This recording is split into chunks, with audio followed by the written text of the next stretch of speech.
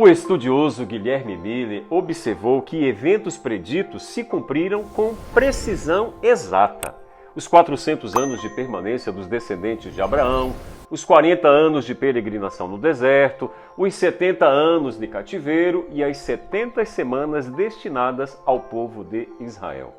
Ao estudar profundamente a Bíblia, comparando verso por verso, Guilherme Miller concluiu que se Deus tinha cronogramas na Bíblia, deveria haver um cronograma para a segunda vinda de Jesus. O tema de hoje em nosso guia de estudos da Palavra de Deus é os 2.300 dias de Daniel 8:14. A Palavra de Deus ela é fonte inesgotável de conhecimento e no estudo de hoje sobre o grande conflito, você vai aprender um pouquinho mais sobre as profecias das 2.300 tardes e manhãs. Na Bíblia, qual foi o cronograma de Deus para o primeiro advento? Você sabe que evento aconteceria no final da profecia dos 2.300 dias? Se Deus tinha um cronograma para o primeiro advento, será que Ele tem um cronograma para o segundo advento? Eu gostaria de ler o seu comentário. Comenta aí, compartilha esse estudo com seus amigos e vem comigo!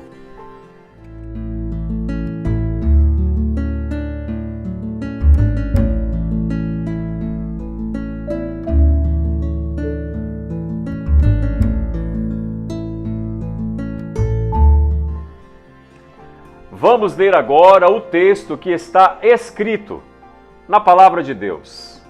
Ele me disse: isso tudo levará 2.300 tardes e manhãs. Então o santuário será purificado. Daniel capítulo 8, verso 14. Estudos históricos bem abalizados demonstram que até meados do século XIX, a grande maioria dos comentaristas bíblicos protestantes interpretavam as 2.300 tardes e manhãs como 2.300 anos. Existem várias razões que nos levam a aplicar o princípio dia-ano de interpretação profética aos 2.300 dias. Uma delas é o relacionamento entre as profecias dos 2.300 dias e as 70 semanas de Daniel, capítulo 9, versos 24 a 27. A visão sobre as 70 semanas foi dada a Daniel como explicação adicional da visão dos 2.300 dias. Veja depois Daniel capítulo 8, verso 14, 26 e 27 e capítulo 9, versos 20 a 27. Nessa explicação, o único ponto de partida mencionado que deve ser comum a ambos os períodos proféticos é a expressão desde a saída da ordem para restaurar e edificar Jerusalém. Daniel capítulo 9, verso 25. Essa ordem entrou em vigor em 457 a.C. Você pode conferir depois lendo Esdras capítulo 7, verso 13. E não há como fazer com que as 70 semanas que se estendiam até o ungido ou ao príncipe, Daniel 7, 25, entre 24 e 34 da nossa era, sem que este período seja considerado como 70 semanas de anos ou 490 anos. Agora, se aplicarmos o princípio dia-ano às 70 semanas, como grande parte dos comentaristas o fazem, também devemos aplicá-lo aos 2.300 dias ou 2.300 tardes e manhãs.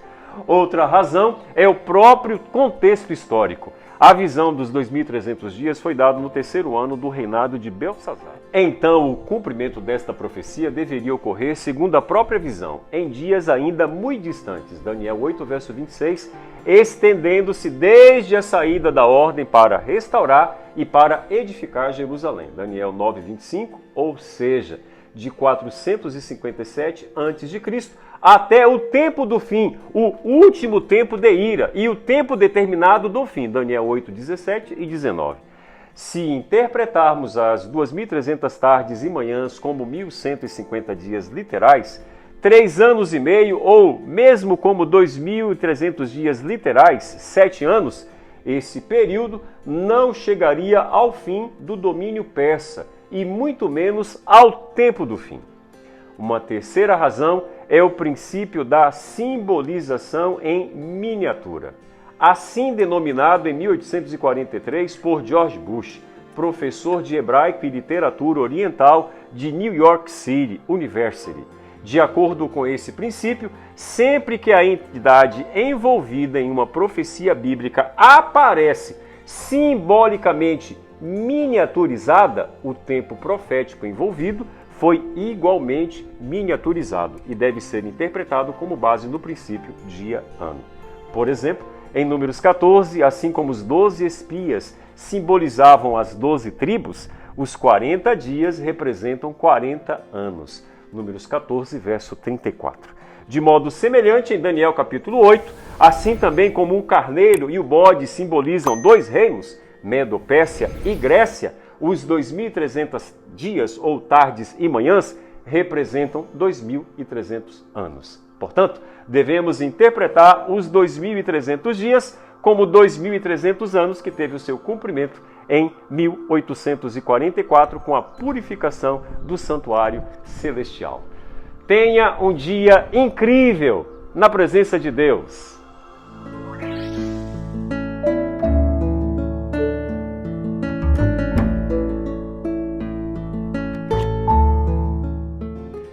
Vamos orar. Bondoso Deus, como é bom estudar a palavra e compreender o que nela nós encontramos.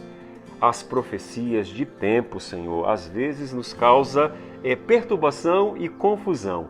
Mas como é bom compreender o princípio bíblico, dia, ano de interpretação para as profecias. Que o Senhor nos ajude a compreender a Tua palavra no dia de hoje, é o que nós te pedimos em nome de Jesus. Amém.